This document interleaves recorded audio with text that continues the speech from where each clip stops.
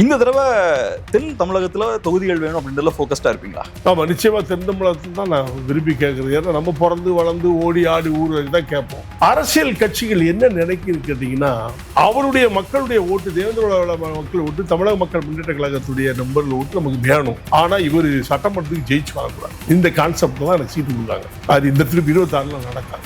நான் எந்த தொகுதி கேட்குறோம் அங்கே தான் கிடைக்கும் நம்பிக்கையோட இருக்கு. அதுதான் நான் வெற்றி பெற வாய்ப்பு. ஸோ இப்போ இது ஒரு பெரிய குற்றச்சாட்டாக வைக்கிறீங்களா? அந்த மாதிரி ஓட்டு வேணும் ஆனால் சீட் கொடுக்க மாட்டேங்கிறாங்க அப்படின்ற விஷயத்தை சீட்டு கொடுக்க மாட்டேங்கல. வேண்டிய இடத்துல வேண்டிய இடத்துல நான் கேட்குற இடத்துல கொடுக்கணும். கூட்டணினா என்னன்னு தெரியாமலாம் அதுக்கு திராவிட கட்சி தெரியாம இருக்கா? கூட்டணினா நான் சொல்ல இடத்துல நீ நின்று அது கூட்டணி, அதுக்கு பேர் கூட்டணியா? கூட்டணி தர்மம் என்று சொன்னால் கூட்டணி ஆட்சி தான் வேணும். அப்படிதான் நாங்கள் சொல்றோம். கூட்டணியில் எங்களை அங்கீகாரமாக கொடுங்கன்னு சொல்றோம். எங்களை மந்திரி சபையில் இடம் கொடுங்கிறோம். இது இப்ப சொந்த கோரிக்கை இல்லை. அதான் இப்போ உங்களை பொறுத்தளவுல அதிகாரம் ரொம்ப அவசியம், அப்பதான் மக்களுக்கு நல்லது பண்ண முடியும். கண்டிப்பா. ஆனா அந்த முயற்சி இது வரைக்கும் வெற்றி பெறல. அதுக்கான காரணம் என்ன நினைக்கிறீங்க? வளர மாட்டேங்காங்க. வளர்ந்தா இவன் கேட்கற நம்ம செய்யணும் அப்படிங்கிற மாதிரி யோசிக்கிறாங்க. வேற ஒன்றும் கிடையாது. வளரக்கூடாதுமே, ஆனா அவங்களுடைய ஓட்டு வேணும். அதான் உங்களுக்கு சங்கடம் ஏற்படுத்தக்கூடிய விஷயங்கள்னு கேட்கும்போது சில விஷயங்கள் நடக்கல, காரியங்கள் நடக்க மாட்டேங்குன்னு சொல்றீங்க. காரியங்கள் நடக்க மாட்டேங்குது. அதுக்கு முன்னே அங்கீகாரம் எங்களுக்கு கொடுக்கல. அங்கீகாரம் கொடுக்கலங்கிறத வருத்தம். உண்மையை சொல்றேன். அது போக பேசப்படுற இன்னொரு விஷயம் என்னன்னா, திரு ஜான் பாண்டியன் அவர்கள் இந்த ஒரு 3 சீட் எதிர்பார்க்கிறார் அப்படின்ற மாதிரியும் சொல்றாங்க. அதுவும் சிக்கல் ஏற்படுத்துதா? இப்போ இந்தியா அலைன்ஸ்ல தான் நான் இருக்கேன். உங்களுக்கு தெரியும். India alliance BJP and ADMK சார்ந்திருக்கு. இதுல தான் கடைசி வரை இருப்போம்னு இப்போ என்னால சொல்ல முடியும். தேர்தல் காலகட்டத்தில் தமிழக மக்கள் முன்னேற்ற கழகத்திற்கு யார் அங்கீகாரம் கொடுக்கின்றார்களோ அவருடைய இணைவோம்னு முடிவு எடுத்திருக்கேன். அதனால இப்போதைக்குள்ள நான் எதோட கூட்டணி என்பதை சொல்ல முடியும்.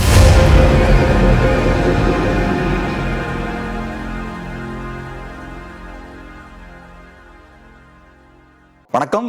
இன்னைக்கு நம்மளோட தமிழக மக்கள் முன்னேற்ற கழகத்தின் தலைவர் திரு ஜான் பாண்டியன் அவர்கள் இருக்காங்க. சமகால அரசியல் சார்ந்து நிறைய விஷயங்கள் நம்ம இன்னைக்கு அவரோட பேச போறோம். சார் வணக்கம். வணக்கம். ஸோ முதல்ல திமுகவோட 4 ஆண்டு ஆட்சியை நீங்க எப்படி பாக்குறீங்க?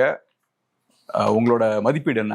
நிறைகள் என்பதை விட குறைகள் தான் அதிகமா இருக்கு. எல்லாருமே மக்கள், நீங்களாம் மீடியாவில் இருக்க உங்களுக்கு தெரியாது இல்லை. சில மீடியாக்கள் அவங்க கையில் வச்சுக்கிட்டு அவங்கள ஹைலைட் பண்ணுவாங்க. எதிர்கட்சியில் உள்ளவங்க அவங்கள டவுன் பண்ணுவாங்க. மீடியாக்கள் ஒரு நடுநிலையோடு செயல்படவில்லை என்பது என்னுடைய ஆதங்கம். எந்த மீடியா எடுத்தாலும் நடுநிலையாக கிடையாது. யாருக்கு சப்போர்ட் பண்ணுமோ அவங்களுக்கு சப்போர்ட் பண்ணுவாங்க, யார் வேண்டாங்களோ அவங்களுக்கு எதிர்ப்பாங்க. இப்படி தான் நடந்துக்கிட்டு இருக்கு. நீங்கள் எப்படின்னு எனக்கு தெரியல. ஆட்சி என்பதை பொறுத்த மட்டும் இன்றைய சூழ்நிலையில் மக்கள் மனதில் ஒரு அதிருப்தி இருந்துகிட்டு இருக்கிறது மட்டும் தெளிவாக தெரியும். திமுக மேல ஒரு அதிருப்தி மக்கள் மனதில் இருக்கு. ஆனா இஷ்யூஸா இந்த பிரச்சனைகள் இருக்குன்னு அதெல்லாம் சொல்லுவீங்க? அதான் சொல்றேன்ல, முதல்ல டாஸ்மாக் தான் மெயின். நம்ம ஏற்கனவே அவங்க படிப்படியாக நாங்கள் குறைப்போம் அப்படி சொன்னதை நிறைவேற்றலை. ஆசிரியர் பெருமக்களுக்கு செய்யக்கூடிய நிறைய அவங்க இது பண்ணியிருந்தாங்க இல்லையா, தேர்தல் வாக்குறுதி கொடுத்துருந்தாங்கல்ல, ஒன்று கூட நிறைவேற்றலை. இது மாதிரியான சில இபி பில்லை பார்த்தீங்களா, இப்போ ட்ரிபிள் மடங்கு.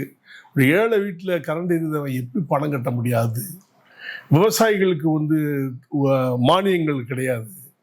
இதெல்லாம் நிறைய விஷயங்கள் சொல்லிக்கிட்டே போயிட்டே இருக்கலாம். குறைகள் சொல்லுவது நிறைய சொல்லலாம். என்னை பொறுத்த மட்டும் மக்களுடைய எதிர்பார்ப்புகள் அதிகமாக இருக்கும். அந்த அளவுக்கு நம்மளால செய்ய முடியாது. எந்த ஆட்சி வந்தாலும் செய்ய முடியாது. ஓரளவாவது செய்யலாம் இல்லையா? அது நடக்கலைன்னு ஆதங்கமாக மக்கள் இருக்காங்க. அது போன்று தமிழக மக்கள் முன்னேற்ற கழகம் நாங்கள் இருக்கோம். சார், இப்போ என்னென்ன குறைகள் இருக்குன்னு கேட்கும்போது நிறைய முக்கியமான இஷ்யூஸ்லாம் நீங்கள் பட்டியலிட்டீங்க. 26 நீங்களும் கண்டெஸ்ட் பண்ண போறீங்க. எந்த இஷ்யூஸ்லாம் பிரைமரியாக ஃபோக்கஸ் பண்ணி மக்கள் எடுத்துகிட்டு போறீங்க 26? அது கூட்டணியை பொறுத்து தான். இப்போ நாங்கள் சொல்ல முடியாது. ஏன்னா நான் இப்போ இந்தியா அலைன்ஸ்ல தான் நான் இருக்கேன். உங்களுக்கு தெரியும். India alliance BJP and ADMK சார்ந்திருக்கு. இப்போ எல்லாம் மொத்தமாக நாங்கள் எல்லாம் ஒன்றா தான் இருக்கோம். இதில் தான் கடைசி வரை இருப்போம்னு இப்போ என்னால் சொல்ல முடியாது. புரியுதா உங்களுக்கு? தேர்தல் காலகட்டத்தில் தமிழக மக்கள் முன்னேற்ற கழகத்திற்கு யார் அங்கீகாரம் கொடுக்கின்றார்களோ அவருடைய இணைவோம்னு முடிவு எடுத்திருக்கோம். அதே மாதிரி தேர்தல் நிரந்தர எதிரியும் உள்ள நண்பனும் கிடையாது. அந்த கான்செப்ட். அதனால அந்த காலங்கள் இருக்கிறனால இப்போதைக்கு அதை நம்ம சொல்ல முடியாது. எதை எடுத்துட்டு போனா, சப்போஸ் நாங்கள் எதிரணியில் போய் சேர்றோம்னு வச்சுங்க, அவங்கள பற்றி நான் அப்ரிஷியேட் பண்ணி தான் பேச முடியாது, குறைச்சி பேச முடியாது. அந்த சூழ்நிலை தான் இக்கட்டான கூட்டணிகள் நிறைய அப்படித்தான் இருக்கு. அதனால இப்போதைக்குள்ள நான் எதோட கூட்டணி என்பதை சொல்ல முடியும். அதான் இப்ப நீங்க சொல்ற விஷயம் என்னன்னா, இப்போதைக்கு நாங்க என்டிஏல இருக்கோம், ஆனா ஃபியூச்சர்ல என்டிஏல இருப்போமா அப்படின்னு நம்ம சொல்ல முடியாது. அது இன்னும் முடிவெடுக்கலன்னு சொல்ல முடியாது. சோ இப்ப அதை இன்னும் முடிவெடுக்கலன்னா ஏதோ அதிருப்தி இருக்கா உங்களுக்கு? அதிருப்தி இருக்கத்தானே செய்யும். ஒரு ஒரு அரசியல் என்பது வந்து அதிருப்தி இல்லாம எப்படி இருக்கும்? அதிருப்தி இருக்குதான் செய்யும், இல்லைன்னு சொல்ல முடியாது. நிறைய ஆதங்கங்கள்லாம் இருக்கு. இப்போ இந்தியா அலைன்ஸ்ல 14 வருஷம் இருக்கும்போது தான் மக்களுக்கு என்ன செய்யிருக்காங்கன்னா எதுவுமே இல்லையே. தேவேந்திர குல வேளாளர் அரசாணை மட்டும்தான் கொடுத்துருக்காங்கிறது உண்மை, இல்லைன்னு சொல்ல முடியாது. மேற்கொண்டு பல விஷயங்களை பற்றி நாங்கள் கேட்டிருக்கோம், ஒன்றுமே செய்யலைங்கிற ஒரு ஆதங்கம் இருக்குத்தானே செய்யும். எல்லா அரசியல் கட்சிக்கும் உள்ளது தானே. எங்களுக்கு ஒரு ஆதங்கம் இருக்கு. இது வரைக்கும் ஒன்றும் செய்யலை, எதுவுமே நடைமுறைப்படுத்தலை. சில நிறைய போஸ்டிங்ஸ்லாம் இருக்கு, அதை எங்கள் மக்களுக்கு கொடுக்கல, எங்களுக்கு கொடுக்கல. அதெல்லாம் யோசிப்போம்ல, அதெல்லாம் யோசிக்கத்தானே செய்வோம். அதனால அது ஒரு ஆதங்கம் இருக்கு, இல்லைல்லாம் சொல்ல முடியாது. அதான் இப்ப பொதுவா இந்த லாஸ்ட் ஒரு 3-4 இயர்ஸ்ல டிவில பாக்கும்போது நீங்க ரொம்ப என்டிஏ கூட்டணியில ரொம்ப சந்தோஷமா இருக்கிற மாதிரி சந்தோஷமா இருந்தது உண்மைதானே, நான் இல்லைன்னு சொல்ல முடியாது. ஆனா பட் எஸ்பெஷலி உங்களுக்கு என்னென்ன குறைகள் இருக்கு? இந்தந்த விஷயங்கள் கேட்டோம் செய்யல அப்படின்னா? இப்போ மோடிஜியை பொறுத்த மட்டும் நீண்ட ஆண்டுகள் கோரிக்கை தான் தேவேந்திர குல அரசாணை, அதை கொடுத்துட்டாங்க. அதை ஒன்றை மட்டும் வச்சு மக்களுக்கு நாங்க நல்லது செய்ய முடியாது. கொடுத்துட்டாங்க, அது மகிழ்ச்சி. யாரும் கொடுக்காத கொடுத்தாங்க, மோடிஜி தான் கொடுத்தாரு. அதுக்கு நன்றி விசுவாசமா நாங்க இருக்கோம், இல்லைன்னு சொல்ல முடியாது. இப்போ ஒரு சாதாரண ஒரு கவர்மெண்ட் எம்ப்ளாயிஸ்க்கு ஒரு பிரச்சனை வருது, நான் போய் மந்திரிகிட்டயோ கவர்மெண்ட்லயோ போய் கவர்மெண்ட் ஆஃபீஸ்ல பேசணும்னா அது அவங்க செய்யறது இல்லை, பார்க்கறதே கிடையாது. அப்பாயின்மெண்ட் கேட்டால் உடனே கொடுக்கறது கிடையாது. எனக்கு கொடுத்து பிரயோஜனம் இல்லை, நான் கேட்கறத சொன்னா செய்யணும்ல. அந்த மாதிரி நிறைய விஷயங்கள்லாம் நடந்திருக்கு. அதெல்லாம் கொஞ்சம் வருத்தத்துக்குரிய விஷயமா தான் இருக்கு, இல்லைன்னு சொல்ல. அதான் உங்களுக்கு சங்கடம் ஏற்படுத்தக்கூடிய விஷயங்கள்னு கேட்கும்போது சில விஷயங்கள் நடக்கல, காரியங்கள் நடக்க மாட்டேங்குதுன்னு சொல்றீங்க. காரியங்கள் நடக்க மாட்டேங்குது, அதுக்கு உண்மையா அங்கீகாரம் எங்களுக்கு கொடுக்கல. அங்கீகாரம் கொடுக்கலங்கிறத வருத்தம், உண்மையை சொல்றேன். அது போக பேசப்படுற இன்னொரு விஷயம் என்னன்னா, திரு ஜான் பாண்டியன் அவர்கள் இந்த ஒரு 3 சீட் எதிர்பார்க்கிறார் அப்படின்ற மாதிரியும் சொல்றாங்க. அதுவும் சிக்கல் ஏற்படுத்துதா? அது இப்ப பேசவே இல்லையா, அதை இப்ப சொல்ல முடியாது. 3 சீட்டோ 5 சீட்டோ 10 சீட்டோங்கிறது பேசாம அது ஒரு யூகத்துல சொல்லக்கூடாதுல்ல. இன்னும் பேசவே ஆரம்பிக்கல, யாரும் பேசல. அதிமுகவும் பேசல, பிஜேபியும் பேசல, திமுகவும் பேசல, எந்த அரசியல் கட்சிகளும் எங்கேயுமே யார்கிட்டையுமே பேசல. என்கிட்ட சொல்ல, பொதுவா சொல்றேன். அது அந்த தேர்தல் காலகட்டத்தில் தானே பேசுவாங்க, அப்பதான் நான் முடிவெடுக்க முடியும். சீட் எத்தனைங்கிறது அந்த நேரம் தான் சொல்ல முடியும். அதை பத்தி பேசாமலே எப்படி டிசைட் பண்ணலாம்? ஆனா அவங்க எதிர்பார்ப்பு என்னவா இருக்கு பார்க்கலாம். அந்த நேரத்தை சூழ்நிலை, கால சூழ்நிலையை பொறுத்து நம்ம 1, 2, 3 இதுல இல்ல கூட எதிர்பார்க்கிறோம். அந்த கால சூழ்நிலையை பொறுத்து நம்ம கேட்போம். ரைட். ஸோ இப்போ முக்கியமான ஒரு விஷயம் என்னன்னா, சவுத்தை நீங்க ஃபோக்கஸ் பண்ணி நிறைய ஒர்க் பண்ணிட்டு இருக்காங்க அப்படின்ற மாதிரியும் நிறைய செய்திகள்லாம் வருது. உண்மை எங்களுக்கு நான் சவுத் ஃபேஸ் தானே. ரைட். அதுல என்ன மாற்றம்? அது போக இப்ப வரக்கூடிய இன்னும் சில செய்திகள் என்னன்னா, அங்க சாதிய ரீதியான வன்முறைகளும் சில பகுதிகளில் அதிகமா இருக்கு, கொலை சம்பவங்கள் இதெல்லாம் ரிப்போர்ட் பண்றாங்க. இதெல்லாம் எப்படி பாக்குறீங்க? இல்லைன்னா அதை பெரிய விஷயமா எடுத்துக்கல. ஏன்னா ஒரு காலத்துல இருந்த மாதிரி இப்ப இல்ல. இப்ப எல்லாருமே ஜாதி ரீதியான எல்லாம் இருக்குன்னு சொன்னா நான் ஏத்துக்கிற மாட்டேன். ஏன்னா எல்லாருமே இன்னைக்கு அண்ணன் தம்பிங்கிற ரீதிக்கு வந்துட்டோம். அந்த சமுதாய பிரச்சனை இல்லை, அது சொன்னா பொய்.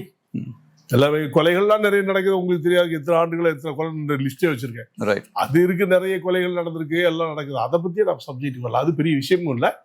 அரசியல் ரீதியா இன்னைக்கு உள்ள சூழ்நிலை எல்லாரும் ஒற்றுமையா தான் இருக்கும், அது எந்த மாற்றமும் கருத்து இல்லை. அதான் நீங்க சொன்ன பாயிண்ட் கரெக்டான பாயிண்ட். இப்போ ஒரு காலத்துல இருந்த மாதிரியான சாதிய முரண்கள் இன்னைக்கு இல்லை, ஆனா இன்னைக்கும் டெஃபினட்டா சாதி அப்படின்ற அடையாளம் இருக்கு. உங்களை பொறுத்தளவுல இன்னைக்கு எந்த அளவுல அது வெளிப்படுது, என்னென்ன மாதிரியான விதங்கள்ல வெளிப்படுதுன்னு நினைக்கிறீங்க? நாங்க இப்ப என்ன சொல்றோம்னா, எங்கள பட்டியலினத்திலிருந்து வெளியில போகணுங்கிறது தான் எங்களுடைய மனநிலை, கான்செப்ட். கரெக்ட். நான் 45 வருஷத்துக்கு முன்னால சமுதாய புரட்சி பண்ணும் பொழுது கூட நான் தாழ்த்தப்பட்டவனே கிடையாது, நான் எஸ்சியே கிடையாது தான் அப்பவே ஆரம்பிச்சேன். அப்ப மற்றவங்களாம் வேடிக்கை பார்த்தாங்க, இது என்ன இப்படி சொல்லிட்டு இருக்காருலாம் நிறைய பேர் யோசித்தாங்க. இன்னைக்கு நிறைய 100 தலைவருக்கு மேல எல்லா சாதியிலையும் எல்லா கட்சியிலையும் இருக்காங்க. இன்னைக்கு எல்லாருமே நான் சொன்னதை ஏற்றுக்கிட்டாங்க. ஆமா, பட்டியலிருந்து வெளியில போகணும், அதான் சரி, நம்ம பட்டியலுமே கிடையாது, நம்ம விவசாயி அக்ரிகல்ச்சரிஸ்ட், நம்மளை எப்படி சேர்த்தாங்க அப்படிங்கிற கேள்விக்கு வந்துட்டாங்கல்ல. அப்போ அந்த எதிர்பார்ப்பு அதிகமா தேவேந்திர குல வேளாளர் மக்கத்துல இருக்கு. அதுக்கு முதன்மையா நான் இல்லைன்னா சொல்ல முடியாது.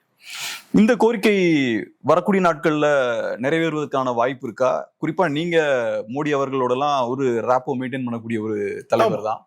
சீக்கிரம் மாற்றம் நடக்கிறதுக்கான மாற்றம் இப்ப நடக்காது, இப்போதைக்கு இல்லை, நடப்பதற்கு வாய்ப்பு இல்லை. தேர்தல் முடிஞ்சுதான் நடக்கும். அப்படி நடந்தாலும் சட்டமன்றத்தில் ரெசல்யூஷன் பாஸ் பண்ணாம பாராளுமன்றத்தில் பண்ண முடியாது. திமுக அரசுக்கு அனுப்பிச்சதாக தகவல் வந்துகிட்டு இருக்கு, ஆனா இவங்க பதிலே போடலைங்கிறதா தகவல் சொல்றாங்க. அது உண்மையா பொய்யாங்கிற முதலமைச்சர் தான் சொல்லணும், எனக்கு சொல்ல தெரியல. அவங்க அங்கேருந்து அனுப்பிச்சிட்டாங்க, இந்த சமுதாயத்து பட்டியலிருந்து வெளியில போறங்கிறதுக்காண்டி நீங்க ரெசல்யூஷன் பாஸ் பண்ணி அனுப்புங்கன்னு. திமுக அரசு செய்யலைங்கிற மாதிரி ஒரு வதந்தியா உண்மையாங்கிறது அது முதலமைச்சர் தான் சொல்லணும். இவங்க அனுப்புனாங்கன்னா உடனடியா செய்யறதுக்கு மத்திய அரசு தயாரா இருக்கு.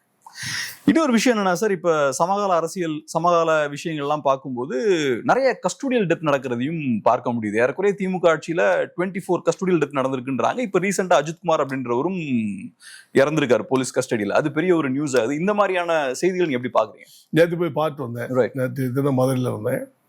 போயிட்டு அந்த அஜித்குமார் இறப்பு நிகழ்ச்சி கொடுமையா கொண்டிருக்காங்க. அந்த கொடுமைன்னு சொன்னா, ஒரு மனுஷனை 5 சிங்கங்கள் 10 சிங்கங்கள் சேர்ந்து கடிச்சு கொதறும்ல, அந்த லெவல கொதறி கொண்டிருக்காங்க. அது ஏன் அவ்வளவு தூரத்துக்கு அவனை அடிக்க வேண்டிய அவசியமே இல்லை. ஒரு திருடனை கூட அப்படி அடிச்சு என்கொயரி பண்ண வேண்டிய அவசியம் இல்லை. அவன் திருடவே இல்லை. ஆனா அந்த பொங்கல் நிக்கிதா அந்த பொம்பளை சொன்னது பொய். அந்த நகை போகவே முடியல, திருடு போக முடியல. அதுதான் பொய்யான தகவல். ஏன் அந்த பையன் இந்த வண்டி தள்ளி அவன் அம்மா கொண்டு போறதுக்கு 500 ரூபா கேட்டிருக்கான். இவன் 100 ரூபா தரன் இருக்கான். அவன் முடியாதுன்னு சொல்லிக்கிறான். முடியாதுன்னு சொல்லி நான் போயிட்டு வந்து பாக்குறேன்னு சொல்லி தான் அந்த மர்மத்தில் தான் பண்ணியிருக்கான். அவன் நல்ல பையன். அந்த விசாரிச்ச அந்த ஊர் கிராமத்துல ரொம்ப சுத்தமான பையன், நாடார் பையன், ரொம்ப நல்ல பையன். அவன் எந்த கெட்ட பழக்கம் கிடையாது, கேரக்டர் சாமி கும்பிட்றான், நல்ல பையன். இவன் வெஞ்சன்ஸ் பண்ணணுங்கிற ஒரு ஆப்ஷன்ல யார்கிட்ட பேசுறாளோ, ஐஏஎஸ்ங்கிறாங்க, ஐபிஎஸ் நமக்கு சொல்ல தெரியல. அது ஆண்டவன் தான் பதில் சொல்லணும். சொல்லி அவனை அப்படி நாய் கொதறின மாதிரி கொதறி இருக்காங்க. அது ஏன் கொதறினாங்கன்னு அவங்க அதுக்கு தான் தண்டனை 5 பேருக்கு கொடுத்தது தப்புன்னு சொல்றேன். அந்த டிஎஸ்பி கன்சர்ன் இன்ஸ்பெக்டர் என்ன பண்ணிட்டு இருந்தான்? கான்ஸ்டபிள் நீங்க அடிக்க சொல்ல அவன் அடிக்கிறான். அந்த ஏவுனது யாரு? எஸ்பியா, டிஎஸ்பியா, இன்ஸ்பெக்டரா? அதை ஏன் அந்த அரசு சொல்ல மறுக்குது? அவனை 5 பேரை கொலைகேஸ்ல போட்டா சரியாயிருமா? அது உண்மையானவன் யாரு? சிபிஐ கொடுத்துருக்காங்க. சிபிஐ என்பதே கண் துடைப்பு தானே. எத்தனை சிபிஐ கேஸ் சும்மா கிடக்கு. உதாரணத்துக்கு ஒரு சீனியர் லாயர் சங்கர் சுப்புன்னு ஒருத்தர் தான் தெரியும், இங்க இருக்காரு. இப்போ எனக்கு நல்லா வேண்டிய நண்பர் தான். அவருடைய பையன் இருந்தது சிபிஐ விசாரணை தான். வருஷம் என்னாச்சு? 20 வருஷம் மேலாச்சு. அப்படி குப்பையில் கிடக்கு. சிபிஐ என்பது கண் துடைப்பு தான். முதலமைச்சர் கொடுத்துட்டான்னு சொல்லி இவங்க எல்லாம் பெருமையா பேசுறா. சிபிஐ கொடுத்தா சிபிஐ ஒண்ணுமே செய்யான்னு நமக்கு தான் தெரியும். அதெல்லாம் வேஸ்ட்.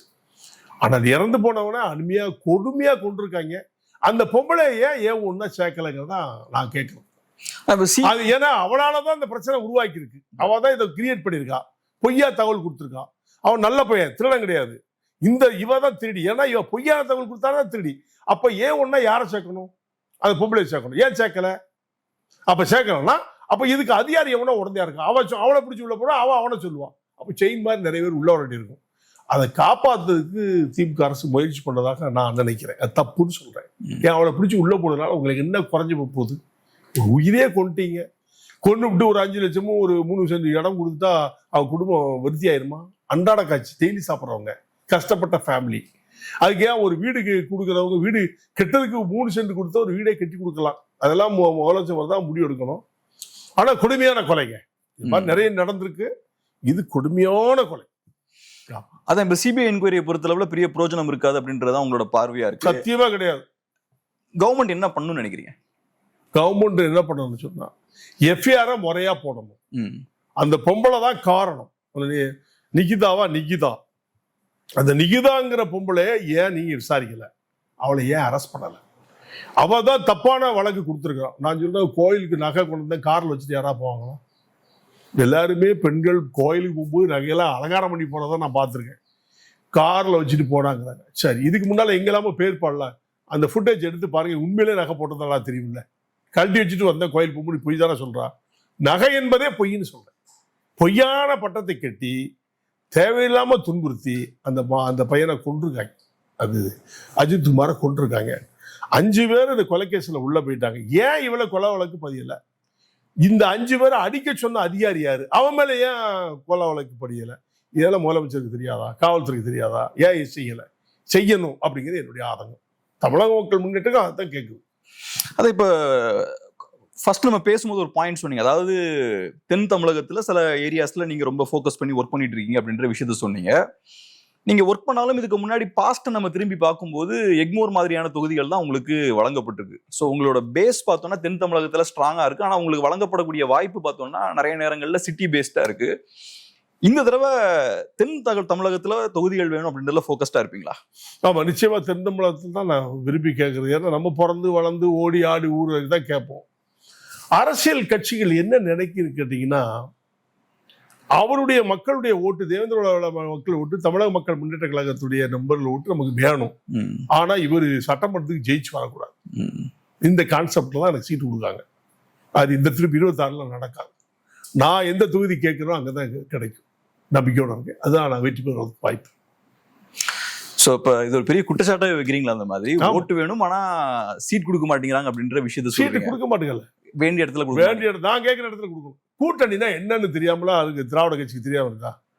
கூட்டணினா நான் சொல்ற இடத்துல நீ நின்னா அது கூட்டணி, அதுக்கு பேர் கூட்டணியா? உனக்கு அடிமை வரல, அது இருக்கக்கூடாதுன்னு சொல்றேன். நாங்க எங்க கேட்கோம் அங்கதான் நீ விரும்பி நாங்க கேட்கிற 5 தொகுதி 10 தொகுதி கேட்டோம்னா இல்ல இந்த தொகுதி உங்களுக்குன்னு சொல்லி டிக்ளேர் பண்றோம். அதான் முறை. அந்த முறை தவறி நடக்கிறாங்கன்னு நான் சொல்றேன். இப்ப நான் பாக்குற விஷயம் என்னன்னா, உங்களுக்கு 2 திராவிட கட்சிகள்கிட்டயுமே ஏதோ ஒரு அதிருப்தி இருக்கு. கண்டிப்பா ஓப்பனா இருக்கீங்க, பட் இருந்தாலும் ஏதோ கொஞ்சம் அதிருப்திகள் இருக்கு. இப்ப 3வது 4வது ஆப்ஷன் கூட இப்போதைக்கு இருக்கு. டிவிகே ஒரு சைடுல இருக்காங்க, என்டிகே இருக்காங்க. இவங்களெல்லாம் ஒரு ஆப்ஷனா பாக்குறீங்களா? அது இப்ப சொல்ல முடியாது, தேர்தல் நேரத்துல சொல்ல முடியும். கூட்டணியே தேர்தல் காலகட்டத்தில் நிர்ணயம் பண்றதானே. ஆனால் கட்சி என்று எடுத்துக்கிட்டா திமுக அண்ணா திமுக 2 தான். கரெக்ட். ஆட்சி என்று சொன்னால் அண்ணா திமுக திமுக 2 தான். யாரோட பயணம் பண்ணணும் 3ஆவது கட்சி 4ஆவது கட்சி 5ஆவது கட்சி வந்தா பயணம் பண்ண முடியாது. யார் ஆட்சியில் 2 பேர்ல யாராவது ஒருத்தர் தான் உட்காருவாங்க. அப்ப யாரோட பயணிக்கிறது தான் தமிழக மக்கள் முன்னேற்ற கழகம் முடிவு. ஆனா ஏன் ஜெயிக்கக்கூடிய இல்லாட்டி ஜெயிக்க வாய்ப்பு இருக்கக்கூடிய அணியில தான் போயிருக்குன்னு நினைக்கிறீங்க? சின்ன கட்சியா இருந்தாலும் அவங்க கூட போய் சேர்ந்து பயணிச்சா கட்சியை வளர்க்கறதுக்கான வாய்ப்பு கிடைக்கும். நிறைய கட்சியெல்லாம் வளர்ந்துச்சு, மக்கள்லாம் வளர்ந்துட்டாங்க, அதுல எந்த குறைபாடு இல்லை. ஆட்சியில போய் சட்டமன்றத்துல போய் உட்கார்ந்து சோறு திட்டு வர்றதுக்கு டீ குடிக்க போகல. ஆட்சியில அங்கீகாரம் பெறக்கூடிய கட்சியில இருந்தாதான் நம்ம அங்கே மக்களுக்கு சேவை செய்ய முடியும். சும்மா போய் 234 ஒன்னோட உட்காந்துட்டு பாதிட்டு போய் வாய பார்த்துட்டு தான் என்ன அர்த்தம்? 1 3 வச்சுக்கிட்டு 4 5 வச்சுக்கிட்டு புரோஜனம் என்ன? அப்ப மக்களுக்கு எப்படி சேவை செய்ய முடியும்? இப்ப எதிர்கட்சியில இருக்காங்கல்ல 60 பேர் 62 பேர் இருக்காங்க. இந்த 62 தொகுதியா 61 தொகுதியில ஏதாவது வேலை செய்ய முடியுதா?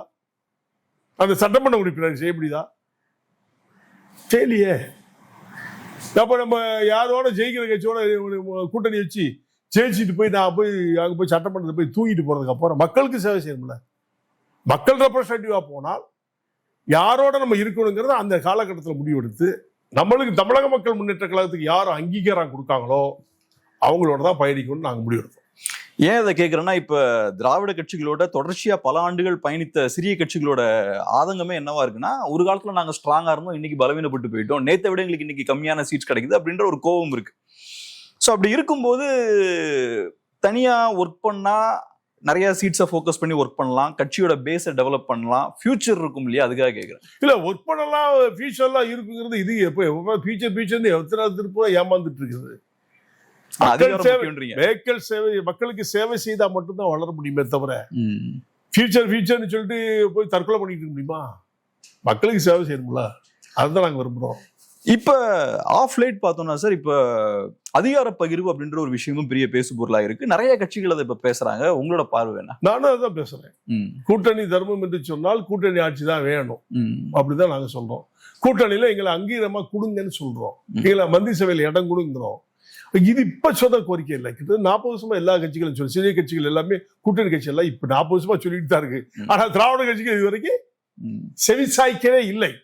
இது கலைஞர் காலத்துல இருந்து, எம்ஜிஆர் காலத்துல இருந்து, ஜெயலலிதா காலத்துல இருந்து, இப்போ இருக்கிற தலைவர் காலத்துல இருந்து, முதலமைச்சர் காலத்துல இருந்து எதுவுமே செய்யல. ஆனால் ஒண்ணே ஒண்ணு மட்டும் இந்தியா மட்டும் தவறாம செய்யுது. மோடிஜி அவர்கள் மட்டும்தான் கூட்டணி கட்சிகளை மதிக்கிறவர் என்பது உண்மை. டெல்லியை சொல்றேன், தமிழ்நாடு சொல்ல. அவங்க தான் கூட்டணியை வச்சு ஆட்சி ஆக்குறாங்க. தனி மெஜாரிட்டியில் இருக்கும் போது கூட்டணி ஆட்சி தான், மெஜாரிட்டி இல்லைனாலும் கூட்டணி ஆட்சி தான். அவங்க தான் கூட்டணி தர்மத்தை சரியா செய்யறாங்க. தமிழ்நாடை பொறுத்த மட்டும் இல்லை, இது சாபக்கேடு. அது இப்ப நீங்க சொன்ன ஒரு பாயிண்ட் என்னன்னா, நேஷனல் லெவல்ல பிஜேபி அந்த அதிகார பகிர்வு அப்படின்ற விஷயத்த ஓரளவுக்கு பண்றாங்க. நம்ம பாக்கலாம், உங்களுக்கு தெரியாது, எனக்கு தெரியாது, உண்மைதானே. இந்தியாவில் இருக்க பெரும்பான்மையான மாநிலங்கள்ல அதிகார பகிர்வு கண்டிப்பா நடந்துட்டு இருக்கு. தமிழ்நாட்டிலேயே அந்த விஷயம் நடக்கல. திராவிட கட்சிகள் எப்படி அதை அதிகாரத்தை கம்ப்ளீட்டா அவங்களால ஹோல்ட் பண்ணி வைக்க முடியுது? அதுக்கு காரணம் வந்து தமிழ்நாட்டு மக்களுடைய சாபக்கேடு. இந்த மக்கள் திருந்தல்னு அர்த்தம். இந்த மக்கள் திருந்திருந்தா சரியா இருக்கும். இது காசுக்கு என்னைக்கு இந்த மக்கள் விலைக்கு போனாங்களோ அன்னைக்கே நமக்கு அழிஞ்சு தொடங்கி போச்சு. இது இந்தியா முழுவதும் அதிகமா பணத்துக்கு வியாபாரம் செய்யுது மாநிலம் எதுனா தமிழ்நாடு. இப்ப நீங்க திராவிட கட்சிகள் மேல நிறைய விமர்சனம் வைக்கிறனால ஒரு கேள்வி கேட்கிறேன். இப்ப இந்தியால 2 விதமான மாநிலங்கள் பார்க்க முடியும். சில மாநிலங்கள்ல தேசிய கட்சிகள் ரொம்ப ஸ்ட்ராங்கா இருப்பாங்க, சில மாநிலங்கள்ல ரீஜனல் பார்ட்டி ஸ்ட்ராங்கா இருப்பாங்க. தமிழ்நாட்டுல ரீஜனல் பார்ட்டி ஸ்ட்ராங்கா இருக்காங்க. உங்களை பொறுத்தளவுல அப்படி இருக்கணுமா? தமிழ்நாட்டிலையும் தேசிய கட்சிகள் இருக்கணும்னு நினைக்கிறீங்களா? பலமா இருக்கணும்னு நினைக்கிறீங்களா? தேசிய கட்சிகள் இருந்தால் நிறைய நன்மைகள் கிடைக்கும், அதை மையத்துக்கிட்ட தான் செய்யணும். தேசிய கட்சி இல்லைன்னு சொன்னா இவங்க கிட்ட தொங்கிக்கிட்டு இருக்கணும். இதுதான் நடந்து இப்ப நடந்துகிட்டு இருக்கிறது தானே. கூட்டணியில இருக்கிற எம்எல்ஏக்கள் கூட ஒரு வேலை செய்ய முடியாம உட்கார்ந்துருக்காங்கல்ல. பார்த்துட்டு நீங்க பாக்குறீங்கல்ல, கூட்டணி கட்சி இருக்கவங்கள சட்டமன்றத்தில் எனக்கு ஒண்ணு செய்ய மாட்டேங்குங்கிற பேசுறதெல்லாம் பாக்குறோம்ல. அப்ப என்ன அர்த்தம்? ஃபார்மாலிட்டிக்கு ஒண்ணு வச்சிருக்கேன், அவ்வளவுதான். நீ எம்எல்ஏ அதோட நின்றுக்கா, ஒன்றும் செய்ய மாட்டேன் அப்படின்னா அப்புறம் என்ன? மக்களுக்கு அவர் எப்படி ரெப்ரஸன்டேட்டிவா இருந்து மக்களுக்கு செய்ய முடியும்? உதாரணத்துக்கு வேல்முருகன் சட்டமன்றத்தில் கூவி கூவி கத்திட்டாரு, அழுதுட்டாரு. தொகுதிக்கே ஒன்றும் செய்யலைங்கிறத அவரு அப்பட்டமா கூட்டணியில இருந்துகிட்டே சொல்றாரு. பாத்தீங்களா இல்லையா?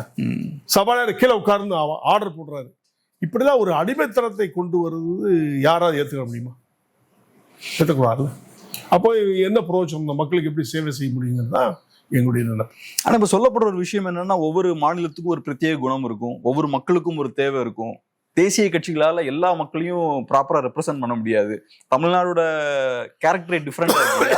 ஸோ அப்போ இந்த பிரத்யேக குணத்தை வெளிப்படுத்துறதுக்கான ரீஜனல் ரெப்ரசன்டேஷன் வேணும்ன்றாங்க. அது ஏத்துக்கல நீங்க? தேசிய கட்சி ஆட்சி ஆளும் என்று சொன்னால் நம்ம போய் ஃபைட் பண்ணி ரைட்ஸை கேட்க முடியும். கூட்டணி தர்மத்தில் ஆட்சி ஆளுவர் சொன்னால் கேட்க முடியாது. அவங்களுக்கு அடிமையாக தான் செயல்படணும். இதுதான் வரலாறு. நான் சொல்றேன், இப்ப இல்லை, எப்பவுமே இதுதான் வரலாறு இருந்துருக்கு. திமுகவில் கூட்டணியை வஞ்சி 6 முறை முதலமைச்சர் அந்த கலைஞர்கிட்ட போய் கூட்டணி யாருமே போய் எதையும் கேட்டு சாதிச்சு எனக்கு தெரிஞ்சில்லை. அம்மையார் ஜெயலலிதா கிட்ட எம்ஜிஆர் இருக்கும்போது கூட்டணியில் இருந்தவங்க கூட்டணி செஞ்சு சாதிச்ச மாதிரி எனக்கு ஒன்றும் தெரியல. அம்மையார் ஜெயலலிதா அவர்கள்ட்ட இருக்கும்போது கூட்டணியில் இருந்தவங்கலாம் அடிமையாக தான் இருந்தாங்க, யாருமே அவர் செய்யலை. இப்போ மு.க. ஸ்டாலின் முதலமைச்சர் அவர்கிட்ட இருக்கிற கூட்டணியில் இருக்கிறவங்க எல்லாம் அடிமையாக இருந்துக்காக தவிர செய்யலை. இதுதான் சாபக்கேடு, மக்களுக்கு சாபக்கேடு நான் சொல்ல காரணம். சரியான முகாந்தாரமாக மக்களை தேர்ந்தெடுப்பதுக்கு தவறுறாங்க அப்படிங்கிறத என்னுடைய கணிப்பு. இது நடக்கக்கூடாதுன்னா 2026 ஒற்றுமையா இருந்து கூட்டணியில எந்த ஆட்சி ஆண்டாலும் கூட்டணி தர்மத்தை காப்பாற்றி அவர்களையும் அங்கீகாரம் கொடுக்கணும்னு நாங்கெல்லாம் தமிழக மக்கள் முன்னிட்டு வேண்டுகிறது. இது எல்லா கட்சியும் வந்து அதையும் நாங்கள் வேண்டோம். அதே இப்போ உங்களை பொறுத்தளவுல அதிகாரம் ரொம்ப அவசியம், அப்பதான் மக்களுக்கு நல்லது பண்ண முடியும். கண்டிப்பா அப்படின்றதான் உங்களோட பார்வையா இருக்கு. அந்த முயற்சியில ஏறக்குறைய 30 இயர்ஸா ரொம்ப ஸ்ட்ராங்கா ஈடுபட்டு இருக்கீங்க. எம்பியாவோ எம்எல்ஏவா இருக்கும்போது நல்ல விஷயங்கள் நிறைய பண்ண முடியும். ஆனா அந்த முயற்சி இது வரைக்கும் வெற்றி பெறல. அதுக்கான காரணம் என்ன நினைக்கிறீங்க? வளர மாட்டேங்காங்க. வளர்ந்தா இவன் கேட்கற நம்ம செய்யணும் அப்படிங்கிற மாதிரி யோசிக்கிறாங்க, வேற ஒண்ணும் கிடையாது. வளரக்கூடாதுவே, ஆனா அவங்களுடைய ஓட்டு வேணும். வளர விட மாட்டேங்கிறாங்கன்னா என்ன பண்றாங்க? வளர மாட்டேன்னா இப்போ நான் ஜெயிச்சு சட்டமன்றம் போறேன்னு வச்சுங்களேன், நான் என்னுடைய மக்களுடைய குறைகளை கேட்பேன், செய்ய மாட்டாங்க. நான் செஞ்சவனா நான் வளருவேன், மேலும் மேலும் வளருவேன். இந்த மக்களுக்கு நிறைய செஞ்சவனா நான் வளருவேன்ல. அப்ப நான் வளர்ந்தேன்னா நான் அடுத்த தேர்தலில் நீங்க என்கிட்ட வந்து நிக்க வேண்டியிருக்கும்ல, அதனால விட மாட்டாங்க. இன்னொரு கேள்வி என்னன்னா சார், இப்ப தேசிய கட்சிகள் தமிழ்நாட்டுல பலமா இருக்கிறது நல்லது, இருந்தா இன்னும் பெட்டரா இருக்கும் அப்படின்ற விஷயத்த சொன்னீங்க இல்லையா? நீங்க ஏன் தனித்தே பயணிக்கிறீங்க? ஏதோ ஒரு மெயின் ஸ்ட்ரீம் பார்ட்டியோட சேர்ந்து செயல்படும் போது இன்னும் பெட்டரான வாய்ப்புகள் இருக்காதா? அந்த சூழ்நிலை ஏற்படலை. அந்த சூழ்நிலை நமக்கு ஏற்படலை. தேசிய கட்சியோட நம்ம இருந்து இப்போ நான் வந்து தேசிய கட்சியோட பயணம் பண்ணி தான் நான் தனிச்சு தென்காசி கான்ஸ்டுவன்சியில் தாமரை சின்னத்தில் நின்னேன். அந்த மக்களுக்கு நான் சேவை செய்யணும் ரொம்ப ஆசைப்பட்டேன். ஆனால் அந்த மக்களுக்கு கொடுத்து வைக்கலையே. இப்போ நான் ஜெயிச்சாதான் போய் பேச முடியும். இப்போ நான் ரெப்ரஸன்டேட்டிவா இப்போ எம்பி வந்து திமுக இருந்து ஜெயிச்சு 40 பேர் போய் நிற்காங்க. 39 பேர் என்ன செய்யறாங்க? சங்கி ஒழிக இதைத்தான் பேசுறாங்க. அந்த மக்களுக்கு ஏதாவது வேணும்னு கேட்டு பெறுறாங்களா? அது தவறுன்னு சொல்ல. உங்களுடைய ஏரியாவுக்கு மக்களுக்கு என்ன தேவையோ அதை கேளுங்க. கொடுக்கலன்னா நீங்க மோடியை திட்டுங்க, பிரதமரை திட்டுங்க, மினிஸ்டரை திட்டுங்க. அது யாருமே செய்யல. போன உடனே எதையாவது ஒன்று அஜெண்டாவை கையில் வச்சுட்டு போட்டு வந்துடுறாங்க. இது மட்டும்தான் நான் மீடியாவில் நான் நானும் பார்க்குறேன். இதுவரைக்கும் அவங்க ஜெயிச்ச தொகுதிக்கு ஏதாவது கேட்டு பெற்றிருக்காங்க. ஆனால் ஜான் பண்ணி அப்படி இருக்க மாட்டேன். எதிர்கட்சியாக இருந்தாலும் சரி, ரூலிங் பார்ட்டியில் இருந்தாலும் சரி, மக்களுக்கு என்ன செய்யணுமோ அதை நான் கண்டிப்பாக செஞ்சிருப்பேன். தென்காசி கான்ஸ்டுவன்சியில் நான் ஜெயிச்சிருந்தோம்னா நாம நினைச்சதெல்லாம் ஜாதிக்கு என்னால் முடியுங்கிற தைரியம் இருக்கு. நான் மோடிக்கிட்ட போய் பேசுவேன், அங்கே இருக்கிற அமைச்சர்கிட்ட போய் பேசி எங்களுக்கு இதை செய்யணும்னு சொல்லி கேட்பேன், செய்வாங்க. இவன் கேட்கவே இல்லையா? யார் செய்வான்? இப்போ உங்ககிட்ட பேசுனதை வச்சு பார்க்கும்போது உங்களுக்கு 2 திராவிட கட்சிகள் மேலேயும் விமர்சனம் இருக்கு. அதுவும் குறிப்பா திமுக மேல அதிக விமர்சனங்கள் இருக்கிறத பார்க்க முடியுது. அதுவும் இப்ப ரீசெண்டா பெரியார் கான்ட்ரோவர்சி எல்லாம் வரும்போது பெரியார் அவர்கள் மேலேயும் நீங்க நிறைய விமர்சனங்களை வைக்கிறீங்க. அது போக திமுக மேலேயும் காட்டமா நிறைய விமர்சனங்கள் வைக்கிறீங்க. ஏங்க நாங்க பாரம்பரிய திமுகங்க. சரி, எனக்கு தான் தெரியும். நான் தப்பு பண்ணா எனக்கு தான் தெரியும். பாரம்பரிய திமுக குடும்பம் என் குடும்பம். எங்க அப்பா சாவம் திட்டி திமுக தான் ஓட்டு போட்டாரு. இல்ல நான் எதுக்காக இதை நான் கேட்கிறேன்னா, நீங்க சொல்றீங்க இல்லையா, நாங்க எந்த கூட்டணிக்கு போறதுக்கும் ஆப்ஷன்ஸ் ஓப்பனா தான் வச்சிருக்கோம்னு சொல்றீங்க இல்லையா. ஆனா நீங்க பண்ணக்கூடிய விஷயங்கள் பார்க்கும்போது மேபி என்டிஏ அலைன்ஸ் தான் ஆப்ஷனா இருக்கும் அப்படின்னு தோணுது. தப்பு சொல்ல திமுக முடியாது. மேல நிறைய விமர்சனம் அதுதான் வச்சிருக்கீங்க. சொல்றேன். அந்த தேர்தல் காலகட்டத்தில் தமிழக மக்கள் முன்னேற்ற கழகத்திற்கு யார் முக்கியத்துவம் கொடுத்து அங்கீகாரம் கொடுக்கின்றார்களோ அவர்களோடு நாங்கள் கூட்டணி. அது அந்த காலகட்டம் தான். நீங்க திராவிட முன்னேற்ற கழகத்தை பத்தி பழி சொல்றேன், அதிமுக பத்தி பழி சொல்றேங்கிறது கான்செப்டை நீங்க எடுக்கிறீங்க. 2 பேரும் திராவிட கட்சி தான். ஆனால் யார் செய்வா செய்ய மாட்டான்னு சொல்லி எங்களுக்கு தான் தெரியும். அப்போ யாரோட பயணிக்குங்கிறது பொதுக்குழு செயற்குழு கூட்டி இந்த திருப்பி இங்க இவ்வளவு போராடிட்டோம், இந்த இவங்ககிட்ட போனா சரியா இருக்குங்கிறத முடிவெடுத்து தானே சொல்ல முடியும். இப்ப நம்ம சொல்ல முடியாது. உங்களோட ஸ்டாண்ட் என்னவா இருக்குன்னா, நமக்கு பிரச்சனைகள் இருந்தாலும் அசம்பிளிக்கு போறதுதான் ரொம்ப முக்கியமா இருக்கு. அது மக்கள் ரெப்ரசன்டேட்டிவா போய் மக்களுக்கு சேவை செய்யணும். சரி, இப்ப இன்னொரு விஷயம் என்னன்னா, நீங்க நிறைய பிரச்சனைகள் இருக்குன்னு சொன்னீங்க. குறிப்பா பேசும்போது நான் பார்த்தது என்னன்னா, டாஸ்மாக் பிரச்சனையை பத்தி பேசுறீங்க, கஸ்டோடியல் டெத் பத்தி பேசிருக்கீங்க, எலக்ட்ரிசிட்டி பில்லாம் இன்க்ரீஸ் ஆகுதுன்றத பத்தி பேசிருக்கீங்க. ஆனா இந்த விஷயங்கள்லாம் பிரச்சனைகள் இருக்குன்னு நீங்க சொன்னாலும் களத்துல பெரிய செயல்பாடுகள் இருந்த மாதிரி இல்ல. ஒரு பொலிட்டிக்கல் பார்ட்டி களத்துல செயல்பாடுகள் எப்படி இருக்கும் சொல்லுங்க. ஒரு பெர்மிஷன் வாங்கினா எதுக்காவது மீட்டிங் போடுறதா கோர்ட்ல போய் கேட்க வேண்டியிருக்கு. லோக்கல் போலீஸ்காரங்க செய்யறது இல்ல. முயற்சி பண்ணிட்டு தான் இருக்கீங்க. முயற்சி பண்ணிட்டு தான் இருக்கும். போலீஸ் பூரா ஃபேக்கு, பூரா முக்கால் வச்சு பூரா இடியட்ஸா தான் இருக்கான். நிறைய அதிகாரிகள் சொல்றேன், நிறைய இடியட்ஸா இருக்கிறான். அவனை பூராவே பொய் வழக்கு போடுறது, பணம் வாங்குறது. இன்னைக்கு நான் கேட்கிறேன், எவ்வளவு சிபிஐ அந்த ரைடு இந்த ரைடு எல்லாம் இடி ரைடு எல்லாம் அடிக்கிறாங்க. எந்த போலீஸ் அதிகாரி வீட்டா ரைடு பண்ணிருக்காங்களா? ஏன் பண்ண மாட்டேங்காங்க?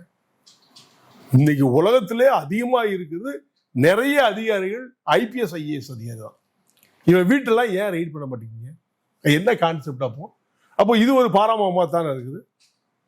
அவங்கள ரைடு அடிச்சாலே இந்தியாவுடைய கடத்தை அடைக்க முடியுங்க. அவ்வளோ பணம் வச்சிருக்காங்க. அவங்களுக்குலாம் சட்டம் கிடையாது. லஞ்ச ஒழிப்பு காவல்துறை போய் ரைடு பண்ணிச்சு, இத்தனை இடத்துல ரைடு பண்ணாங்க, எஃப்ஐஆர் போட்டு நிறுத்திடுவாங்க. அவனை அரெஸ்ட் பண்ண மாட்டாங்க. இதே ஜான்பாண்டி சும்மா இருந்தாலும் என் மேலே ஒரு எஃப்ஐஆர் போட்டு அரெஸ்ட் பண்ணுவாங்க. என்ன காவல்துறை போய் வேலை செய்றீங்க? பணம் கொடுத்தால் மட்டும்தான் வேலை செய்யணுங்கிற கான்செப்ட்ல ஒரு 75% போலீஸ் அதிகாரி அப்படித்தான் இருக்காங்க. 75% நல்ல அதிகாரி இருக்காங்க. அதனால ஒட்டுமொத்தம் சொல்ல முடியாது. நல்ல அதிகாரிகள் நிறைய பேர் இருக்காங்க, எனக்கு நண்பர்களா இருக்காங்க. அந்த அதிகாரிகளும் நேர்மையா இருக்கிறாங்க. நேர்மையான அதிகாரத்தை நீங்க வைக்க மாட்டீங்களா? டம்மியா தூக்கி போட்டுருவீங்களா? சொல்றேன். அதே மாதிரி நீதி நேர்மைக்கு நம்ம போறோம்னு சொன்னா நியாயம் கிடைக்கும். இப்ப அதிமுக பாஜக கூட்டணியை பொறுத்தளவுல ரொம்ப சீக்கிரமாவே அந்த கூட்டணியை உருவாக்கிட்டாங்க. அதுக்கான காரணமா சொல்லப்படுற விஷயம் என்னன்னா, அப்பதான் ஒரு அலைன்ஸ் ஜெல் ஆகும், அப்பதான் நல்லா சேர்ந்து வேலை பார்க்க முடியுன்ற விஷயங்கள்லாம் சொல்றாங்க. ஆனா இன்னொரு சைடுல கூட்டணி ஜெல் ஆகல, உள்ளுக்கு நிறைய பிரச்சனைகள் இருக்குன்னு சொல்றாங்க. நீங்க ஒரு அப்சர்வரா எப்படி பாக்குறீங்க இந்த அலைன்ஸ்? பிரச்சனை இல்லாத இடம் எதுவுமே இல்லை. திமுகலையும் பிரச்சனை இருக்கு, இந்த அளவுக்கு ஏடிஎம்கேலயும் பிரச்சனை இருக்கு. இல்லைன்னா சொல்ல முடியாது. அது அவங்களுக்கு தான் தெரியும், இது இவங்களுக்கு தான் தெரியும். பொதுவா பார்த்தா இங்கதான் அதிகமா இருக்கு, இங்கதான் அதிக குறைவா இருக்குன்னு சொல்லாங்க. 2 பேருக்குமே பிரச்சனை இருக்கு. ஒரு தலைமை எடுத்து நடத்துகின்ற கெப்பாசிட்டி உள்ள முதலமைச்சருக்கு இருக்குது, அண்ணன் எடப்பாடிக்கு இருக்குது, பிஜேபியில இருக்கிற தலைவர் நாகேந்திரன் இருக்குது. அது தலைமைக்கு தான் தெரியும். அந்த பண்பு கண்டிப்பா இருக்கு, இல்லைன்னா சொல்ல முடியாது. அதை எப்படி டேக்கிள் பண்ணி கொண்டு போறாங்கிறது தேர்தல் காலகட்டம் தான் சொல்ல முடியும். இப்ப சொல்லவே முடியாது. அந்த நேரத்தில் வர்ற கூட்டணி தான் ஆட்சி. அந்த கூட்டணி தர்மத்தை பொறுத்து ஆட்சியில் மக்கள் உட்காருவாங்க. இவர் நன்மை செஞ்சார் அதனால இவங்களுக்கு ஓட்டு போடணும், இவர் நல்லது செஞ்சார் இவருக்கு ஓட்டு போடணும். மக்கள் மனநிலை, எவன் பணம் கொடுக்காரோ அவனுக்கு ஓட்டுக்கு நல்ல மக்கள் இருக்கான பாரு, எப்படி நாடு உட்படும். ரொம்ப விரக்தியா இருக்கீங்களா சார்? உண்மைதான். நான் ஃபீல்ட்ல இருந்தனால சொல்றேன், பணம் கொடுத்தா ஓட்டு. நம்ம போயிட்டே இருக்கும்போது எனக்கு ரூபாய்க்குன்னு கேட்கிறாங்க கிராம மக்கள். செலவுக்கு 5000 500 கொடுத்துட்டு போங்க. அப்போ மக்களுடைய மனநிலையை, இந்த கேவலமான நிலையை தமிழ்நாட்டில் தான் அதிகம். நான் டெல்லியில கூட போய் பிரச்சாரம் பண்ணியிருக்கேன். அங்கெல்லாம் பணத்தை முக்கியமா பார்க்கல, சின்னதை தான் பார்க்கல. இங்க எல்லா ஊர்லயும் எல்லா இடத்துலயும் பணம் பணம் பணம் பணம். அதிகார பகிர்வும் அவசியம் அப்படின்ற மாதிரி பேசுறீங்க. இப்ப அமித்ஷா அவர்களும் கூட்டணி ஆட்சி அப்படின்ற விஷயத்த பேசுறாரு, 3 தடவை பேசுறாரு, பப்ளிக்கா பேசுறாரு. அது அதிமுகவுக்கு சங்கடங்களை ஏற்படுத்துது பப்ளிக்கா பேசும்போது. அப்கோர்ஸ் நீங்க அதிகார பகிர்வு வேணும்னு சொல்றீங்க, ஆனா அமித்ஷா அவர்கள் கையாளக்கூடிய விதத்தை எப்படி பாக்குறீங்க? கேட்பது எங்களுடைய உரிமை. பப்ளிக்கா கேட்டது கரெக்ட் தான், தப்பு இல்லை. ஓகே, கேட்டு இப்ப நான் தான் கேட்கிறேன். கொடுக்கவும் கொடுக்காதது அவங்களுடைய விருப்பம். கொடுக்க மாட்டாங்க, கேட்டுக்கிட்டே இருக்க வேண்டியதான். கடைசியா ஒரே ஒரு கேள்வி சார். ஸ்டார்டிங்ல பேசும்போது மீடியா குறித்து பேசும்போதும் மீடியால நிறைய சிக்கல்கள் இருக்கு அப்படின்ற மாதிரி சிக்கல் தவறுகள் நிறைய இருக்கு. அதான் ஒரு மீடியா பர்சனா எக்ஸாக்ட் உங்களோட பார்வை என்னென்ன இஷ்யூஸ் சரியா ஹேண்டில் பண்ணிக்கணும் என்னன்னு கேட்டீங்கன்னா, நாங்க சில விஷயங்கள்ல ஓப்பனா மீடியால பேசுறோம்.